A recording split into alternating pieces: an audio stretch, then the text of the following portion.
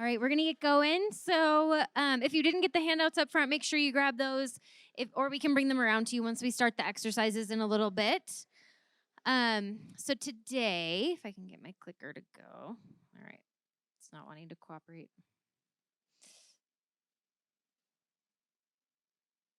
Okay. So today we're talking about a work in progress, creating your career path, or something that you're going to hear us talk a lot about is what we call designing your life. So a lot of the concepts that we're going to talk about today and that we're going to talk about in this class and that you'll hear us speak about in career services quite a bit is from a book called Designing Your Life.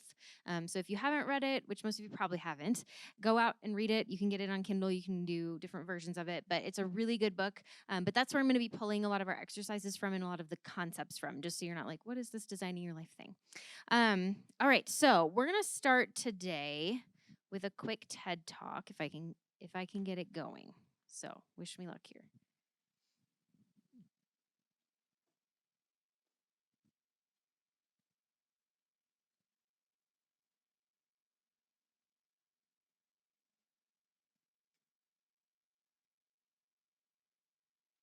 The ideal to be well-versed in multiple disciplines.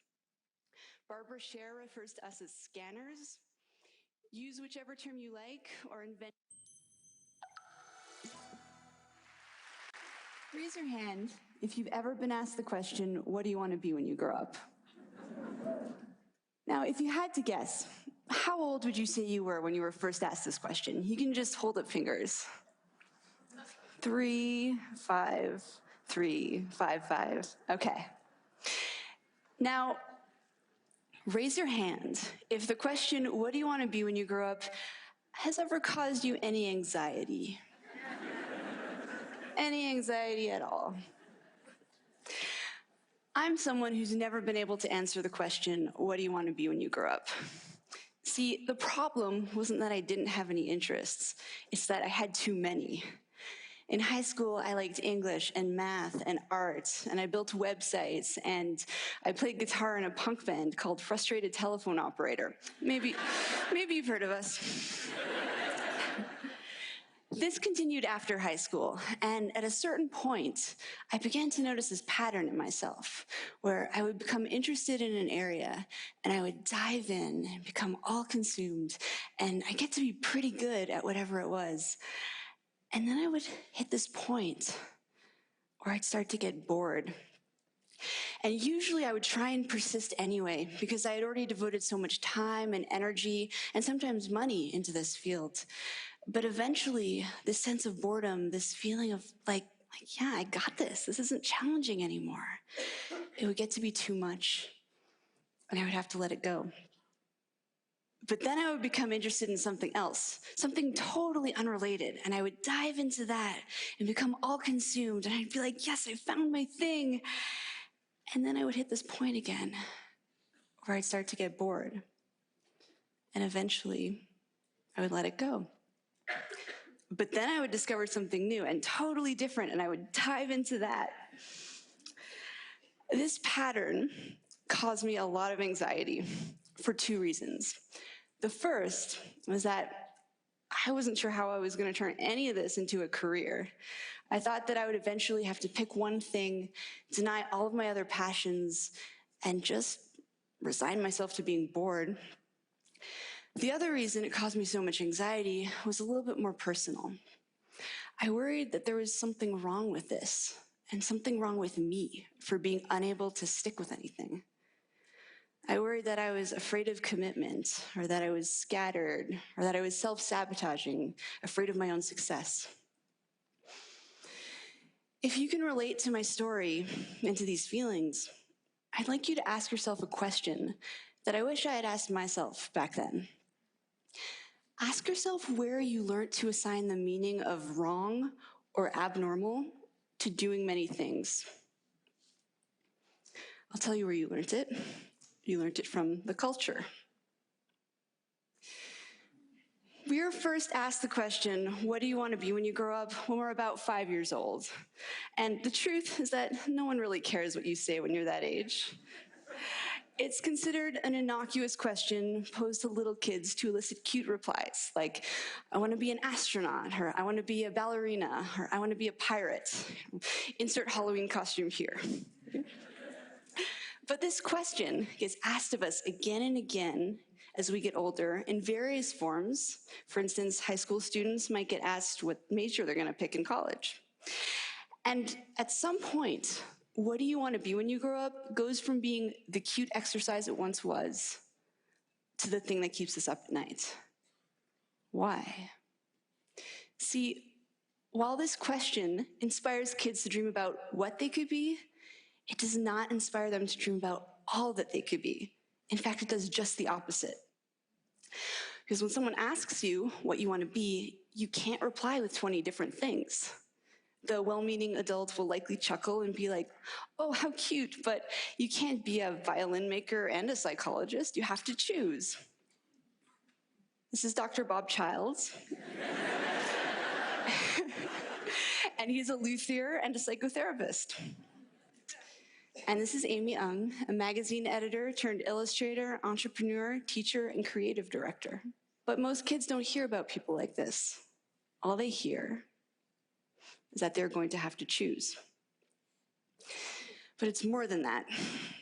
The notion of the narrowly focused life is highly romanticized in our culture. It's this idea of destiny or the one true calling. The idea that we each have one great thing we are meant to do during our time on this earth, and you need to figure out what that thing is and devote your life to it. But what if you're someone who isn't wired this way? What if there are a lot of different subjects that you're curious about and many different things you want to do? Well, there is no room for someone like you in this framework. And so you might feel alone. You might feel like you don't have a purpose. And you might feel like there's something wrong with you. There's nothing wrong with you. What you are is a multi-potentialite.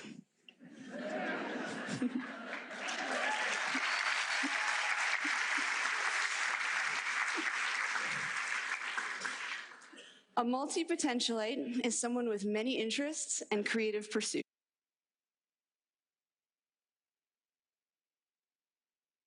All right, so she continues on a little bit longer, but you got the gist of it. Did anyone in here relate to that message? Yeah, I'd say probably the majority of us usually relate to that. So I want to talk a little bit about, if I can get my slides to work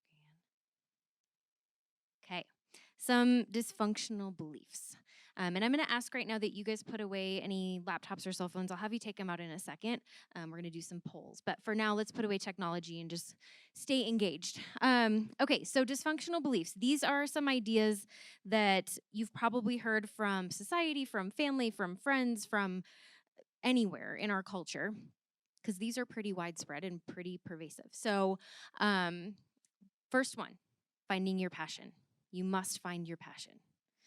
Okay, the word passion has become kind of a buzzword, and I would argue that we don't all have one single passion, right? We have lots of interests. So finding that one passion can seem really daunting and can feel impossible. The second one, you should know where you're going by now. I bet a lot of you feel that a little bit at this point. You know, you got into college, you made your decision, and now you should know what you want to major in, right? You should all know what you want to study. You should want to know what you want to be when you grow up. That's why you're in college. That's not a helpful statement because it's not true. Pretty much nobody knows what they're doing by now. And the last one that I want to focus on is you need to be the one and only best version of you. There's one version of you that's out there somewhere, and you have to go find it. And if you don't find it, you're a failure. That's just false. Okay, so whenever you're having these types of thoughts come up, or you're hearing conversations around this, or you're starting to feel these dysfunctional beliefs within your own mind, challenge yourself and say, you know, this isn't really true. None of these are true. And I bet your stress level will decrease significantly. All right, one of the reasons I hate the word passion is on this circle, or this group of circles, you can see where it lies. It's not that centerpiece. Yes, it's important. It's important that you care about what you do, that you like what you're doing, but it's not everything. Okay. You're not here to find your one true passion. You're here in college right now to create and develop multiple skills, multiple interests, multiple abilities, to try out things, to fail at things, to do really well at things. That's the purpose here. And I would also say that's the purpose beyond college, right? Just because you graduate doesn't mean that you've got everything figured out and you're going to take one career path the rest of your life and everything will be good from there. Okay, so just remember this little piece. You're here to create and develop multiple skills, not just find one good thing, one thing that you're good at. Okay, does your major matter? I bet it feels like it really, really matters to most of you right now because that's probably the question you're getting the most. What do you want to major in? What do you want to study? What do you want to be? Well, only about 20 to 25% of people actually end up working in a career path that relates to their major. So, although some majors it is really important, if you want to be a CPA, a certified public accountant, you probably want to major in accounting or at least finance. Or if you want to be a doctor, you should probably have some biology, chemistry, something in there. But for the most part, your major does not matter, especially if you're pairing it with another major or minors, or you have internship experience where you're getting a broad array of experience. So don't stress out too much about this. Pick something you like, pick something that's challenging, but don't feel like, oh my gosh, I picked the wrong major and I messed up my entire life. And now, senior year, I have to change it. And oh my gosh, it's the most stressful thing. Okay. Don't worry about that. Okay, so here's some good, and maybe some of you might interpret it as bad news, but I think it's good news. So, college is not a means to an end. Yes, college is important. Yes, you are here to learn things and you're going to get a degree at the end of it. But just because you graduate doesn't mean that you have everything figured out and doesn't mean that you know everything there is to know about your career field, right? So don't think of it as I just got to get through these 4 years and then it'll be all figured out. Okay, you have the chance to keep reinventing yourself over your entire lifetime. There's not one perfect major job or career path that's right for you. So that could be kind of stress inducing if you're like, well, I think I found the one major that is perfect for me. But just know that there are multiple ways that you could be happy, multiple majors that you could be happy in and feel challenged in and feel satisfied. Lastly, the world of work, career, and finding jobs is changing very rapidly. So I found this statistic from, it's called the Institute for the Future. Some of you may have heard this before, but 85% of jobs that today's students will do in 2030 don't exist yet. So in the next 10 or so years, 85% of those jobs don't exist today, according to this study, which I'm going to trust. So figuring out exactly what you want to do right now isn't even really that possible because you're going to have to be adaptable and flexible and change with that world of work as you go. So just keeping that in mind as well. All right. So how many of you were able to take that assessment, that quick online assessment? Okay, so we're going to talk about that. So you can take out your results now, whether you wrote them down or took a screenshot, whatever you did, just so you can reference them as we talk. So keep in mind that this assessment is a shorter version of something called the Strong Interest Inventory. We do offer the full assessment if you want to come in and take it, and then we can go through your results with you. But also keep in mind that this only looks at your interest levels. So it doesn't look at ability or experience or anything like that. Basically, what they did is they looked at people in, I want to say it's 130-ish jobs, and said, okay, you've been doing your job a long time, you're good at it, and you like it. What are your interests? And they took that, and then they lined it up with the questions that you all answered and said, okay, they like this, you might like their job. And this is not a prescription necessarily. So a lot of the jobs that show up under these categories are very straightforward. It's not saying, okay, you got realistic, you should be this. It's just kind of opening up the conversation and figuring out, okay, so this is how I scored. How might I apply this in the business world? Or how might I apply this to my future career? Or do I even agree with this? And why did I score this way? All right, so RIASEC in the syllabus, that's what this stands for. It's the abbreviations for each of the letters that you got. So you should each have 2 or 3 letters. We're going to talk through each of these. So realistic are people who like to work with things. They like activities involving motor coordination, skill, and strength. They like hands-on, concrete approaches to problem solving. These are some of the jobs that show up when you get this result. So, but for example, this shows up for me sometimes. I'm not really into this type of work, but I like sports, so that's why this showed up. So sometimes it could just be showing up as one of your interests, one of your hobbies. So just keep that in mind too. All right, investigative. People who prefer to work with data, these are usually like the scientists, the researchers, the people who are really analytical. They prefer individual work rather than team activities. So you can see some of the jobs that align with that as well. So thinking about how this might align with business, I bet a lot of BAA students would maybe fall into this category. Maybe not, but maybe. That might be a way to incorporate this into business. All right, artistic. People who like to work with ideas and things, they're creative, they're open-minded. They sometimes go against rules and norms, which can maybe get them in trouble sometimes. They tend to be original. So these are some of the jobs that align with that. I will tell you, sometimes we see the word artistic and think, oh, that's someone who can paint or draw. This one shows up for me, and I cannot paint or draw to save my life.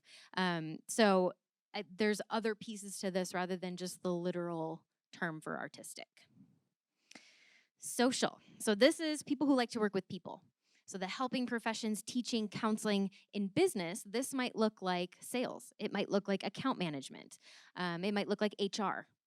So if you're scoring somewhere in here, maybe those are some career paths to consider. Enterprising. So we see a lot of business students show up here. This is kind of that entrepreneurial mindset. So they're skilled in verbal communication. They like persuading people. They value power, money, status, that type of thing. And they like to work with both people and data. And then lastly, conventional. We see some of this in business too. Stereotypically, this would be kind of the accountant. They like data, they like rules, they like regulations, they like going by the books, finding mistakes, that type of thing. So that's where this one might show up. All right, so now that we've gone through each of those and you have a kind of an explanation behind your results, I want you to think about whether or not you agree or disagree with your results, because that can be important, and maybe where you think you should have ended up.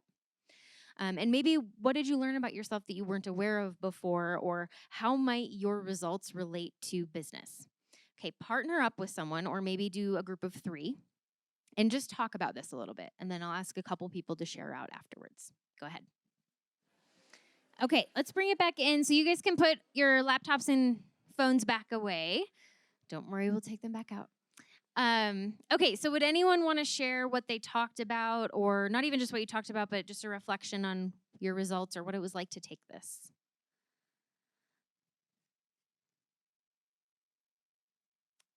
Anyone? Yes.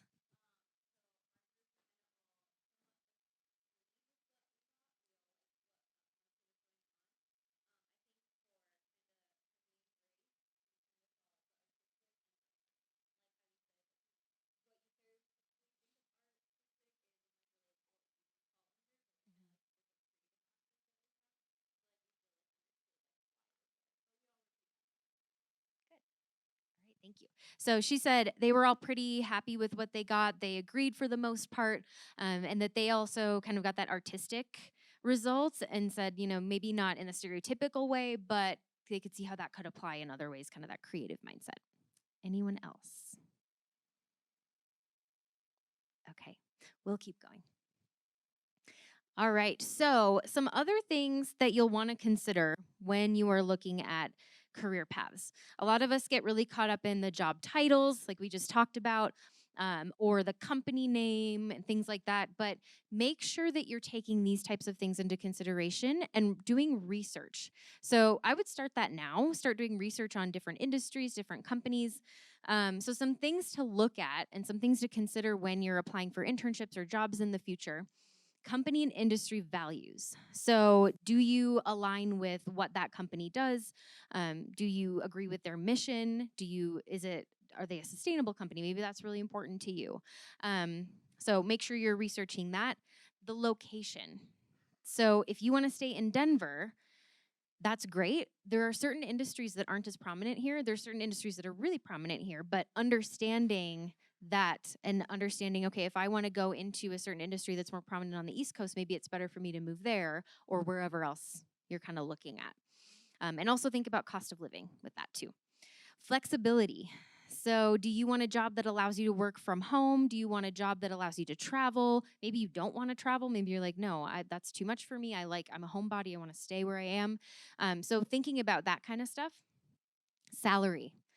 So, salary is important. Another thing that goes along with this is benefits. So, sometimes it's worth taking a lower salary if that company has really great benefits. And I know that that's hard to kind of wrap your mind around at this point because we get caught on that number. But if a company is paying for your gym membership, your parking, your healthcare, all of that stuff, that can really make up for a lower salary than if you were to take a higher salary at a company that doesn't offer as many things like that. So, just another thing to think about as you're looking at different companies in this process. The amount of training needed. So, when you're looking at people's career paths or learning about different careers, do you need to go to more school for that? Will you need to go work for a while and go back to school to really make it where you want to be? So just think about that kind of thing. And then the size of the organization. So this is kind of hard to know until you've worked in an organization, but this is your time to try different things. So maybe this summer or next summer or whenever you have your first internship, you work for a really big company and you love it. Great. Maybe you hate it. Maybe you try working for a startup the following summer or during the next quarter. So play around with that kind of stuff. Try out different things to figure out, like, okay, for now, when I graduate, I know that I want to probably end up at a really large firm or a small company or somewhere in the middle. Okay, so now I'm going to ask you to take out your phones, or you can do it on your computer, but your phone's easier. Go to slido.com, and the event code is career path. And I'll put up the poll here.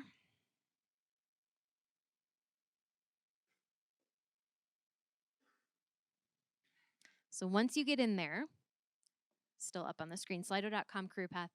So type in some ways that you can think of that you might research companies or organizations, and you can enter multiple. Google, LinkedIn, good.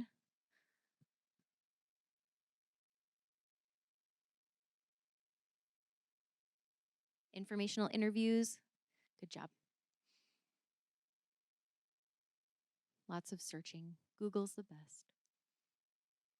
Facebook is a good one. Talk to current employees, Wall Street Journal, Indeed, career fairs, word of mouth, the Career Center, Forbes, good. The company website, Bloomberg. Glassdoor is really good. Yeah, family members, if they might work at companies you're interested in. Friends, yeah, if a friend has done an internship somewhere and they loved it, find out more about it. Maybe that's something you'd like to. Yelp, Indeed, yes. Social media, a lot of companies have a really big social media presence. Newspapers, yes. Okay, so I'm going to stop you guys there. I saw a lot of great answers, so that is good. Okay, so these are some other ways. So some of the things you said are up here, but I just want to make sure we cover all of these. So informational interviews, you guys are going to have an informational interview assignment that's due week 7. We'll talk more about that in a little bit. But doing these with alumni, with faculty, with friends, family, coaches, anyone who's a professional that you kind of look up to and think, hey, maybe I would like that job someday, talk to them. Or maybe have them introduce you to their friends or their family. DU's Career Toolkit. So you can get to that through Pioneer Careers. We've got something in there called Vault, which is awesome. There's a ton of information in there on different career paths. There's guides for a bunch of different careers. So use that. Our First Destinations Outcome Report. So you can come talk to us, but you do have access to that through the Career Toolkit. What that tells you is where our alums have ended up, their salaries, the companies they're with, all of that kind of stuff. And then Pioneer Careers, we have a research tools tab, which also tells you that same information about our alumni. Business journals, the Denver Business Journal, Wall Street Journal, you guys have free access to the Wall Street Journal. So if you go to wsj.com/du, this is new this year. So we have an alum, he just graduated, Owen Orr, who made that possible for you all. So take advantage of it. LinkedIn, different company pages, employee profiles. If you see someone on LinkedIn who has a job that you want to do someday, look at their background. Where did they go to school? What did they go to school for? How did they work their way up? What was their path like? The annual report and the 10K for a company, that can tell you a lot of information. So take a look at those. Career fairs, on-campus recruiting events. We have meet and greets all the time. We bring employers into class a lot. So take advantage of that. Ask questions. Ask questions whenever you can. ONET is another good one, which you can get to, I believe, through the career toolkit. And then Glassdoor.com and Salary.com. So those, Glassdoor and Salary.com have more information on salaries, but also Glassdoor has some stuff on interviews as well. So check out all of those things when you're researching companies. Okay, so prototyping. I said that we were gonna be trying some stuff in this class. So we like to call informational interviews life design interviews, but it's the same thing. Most of the people out in the business world will know them as informational interviews. And so you guys have a complete guide in Canvas for this assignment. Make sure you look at that and read that. But your one-page reflection on an informational interview you do this quarter is due Friday of week 7. So don't put this off. We have it in the syllabus that you should reach out to at least 3 people by the end of next week to try to set this up, if not earlier, because it can take a little while for people to get back to you. Not everyone who you reach out to is going to respond. So if you reach out to one person and they don't respond, you're not going to get the assignment done, right? So reach out to multiple people. If you end up doing multiple informational interviews, that's great for you. So I'm going to try to show this video.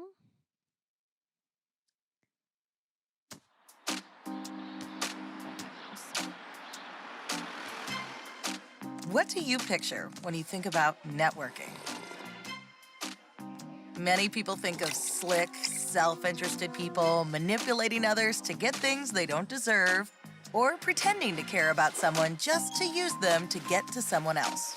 But what if instead of considering networking sleazy, we reframed the way you think of it and reimagined it as something else entirely? One way to reframe networking is to picture it as asking for directions. Think back on the last time you lived or worked somewhere where you really knew your way around.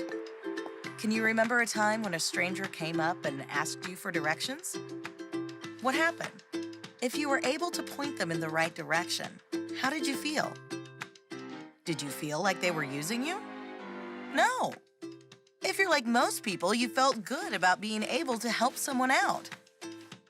In general, just like you're happy to give directions to a stranger, most people enjoy doing small things to help others. And asking for help finding people or information in a professional context is actually a lot like asking where you can find the nearest ATM or coffee house. Networking allows people inside a community to help people like you, who may be from outside the community, find their way, learn new things, and better participate in a domain or type of work.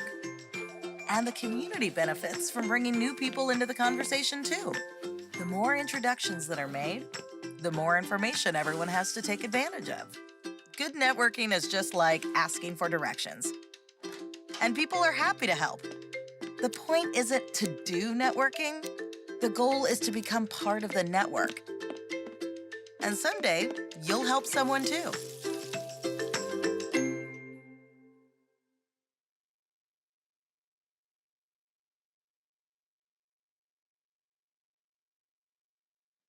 All right, so one of the places that I haven't mentioned yet that it can be really helpful to find people in is called Pioneer Connect. So the link to that, it's du.alumnifire.com. The link to that is in that career or the guide in Canvas for informational interviewing.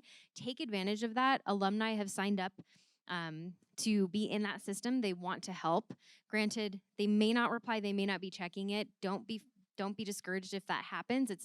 Don't take it personally. It might just mean you need to reach out to one other person. So, but utilize Pioneer Connect as well, and we can help you with that. If you're struggling to find somebody to interview, if you're like, I haven't made a connection with a faculty member, or like my family doesn't really know anyone in the field that I want to be in, and you can't really think of someone who could make that introduction for you, come talk to Career Services.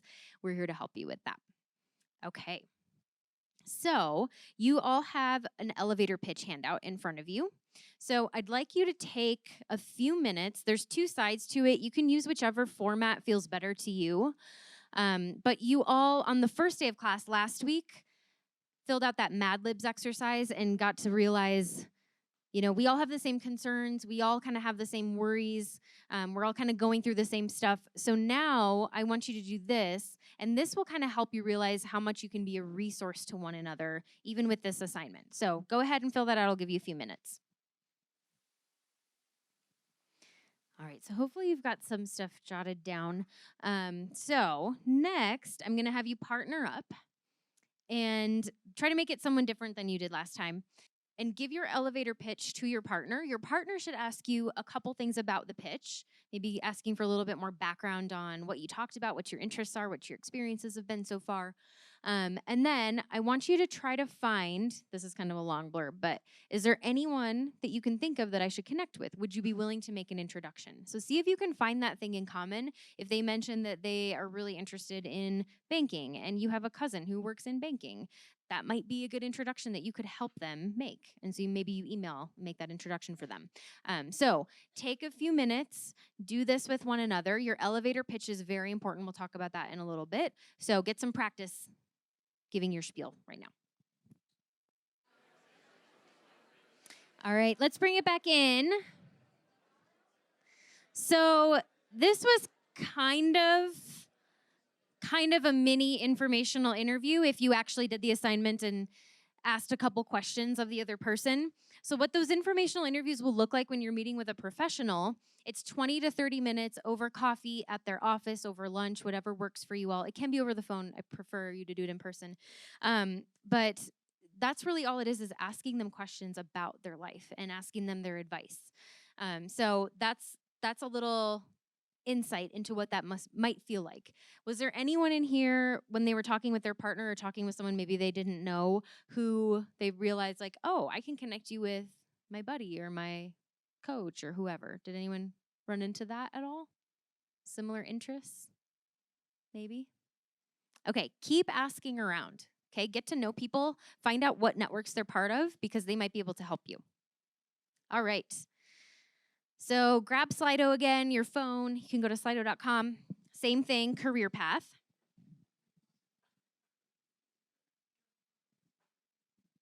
And then this time, you don't have to use names. Actually, please do not use names. But think about some people in your life that you could reach out to for this assignment, for informational interviews, and then in the future too. So that could be like, my professor could introduce me to this person, or my coach, or my cousin's friend, my brother's girlfriend, whoever it is that you think might be in a similar career path that you want to be in. Okay, so you have old bosses, good. Uncle, dad, and professor, your dad, your mom, sister. Good. Your cousin, academic advisor, yes. Your fourth cousin, sure.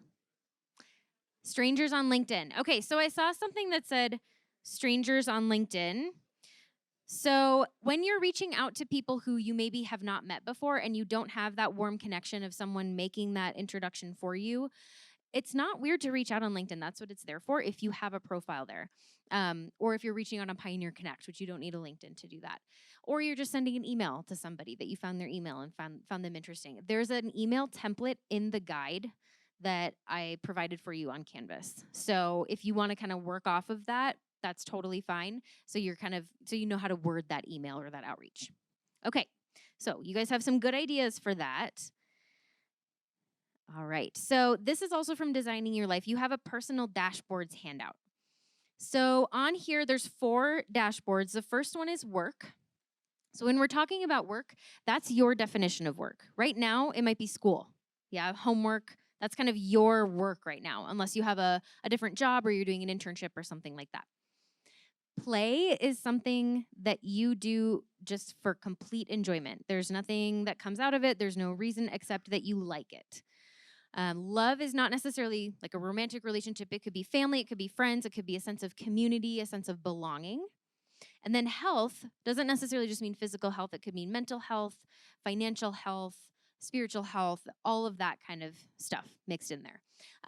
So I want you to take a second and think about right now in your life, as you look at these dashboards, where do you feel like you're really full? Where do you feel like you could use a little bit of extra and you're kind of low?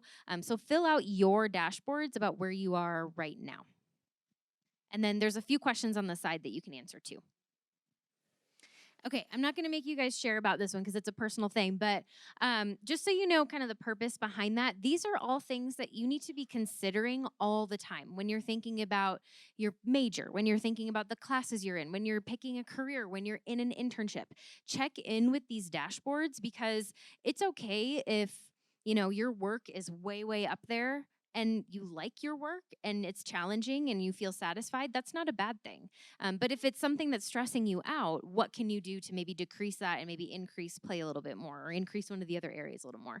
So this is really about checking in with yourself, checking in with your gut, and making sure you're not just picking a major or doing a job or doing an internship or whatever it is in your life because you feel like you should, okay? So always check in with this stuff. All right, so remember, your interests, abilities, skills, and passions are going to change over time. So be okay with that. Be flexible. Constantly be reinventing yourself. Rule out what you don't like. Do this through internships, through jobs, through volunteering, through job shadowing, through informational interviews, trying stuff, prototyping. Some of your future jobs aren't even created yet today, so don't stress too much about what you're going to be doing in 10, 15 years. Focus on the present. You don't have to have the rest of your life figured out now or at graduation or really ever, okay? Even when you're 30, 45, 50, 60, 70, 80, you don't have to have your life figured out. You just can take it one step at a time. And there's not one best life for you. There's many options out there that can make you feel satisfied. All right, so your homework for today, by the end of next week, end of week 3, I want you to have at least reached out to 3 professionals for an informational interview. And whether that's through family, friends, professors, us, alumni, whoever it is, make sure you're reaching out to multiple people. And then please do not leave anything on the floor. Take your papers with you. And if you want to meet with Career Services, remember this is how you make an appointment. All right, make sure you check out on the way out. We'll have Jeff at the top, Greg at the bottom here.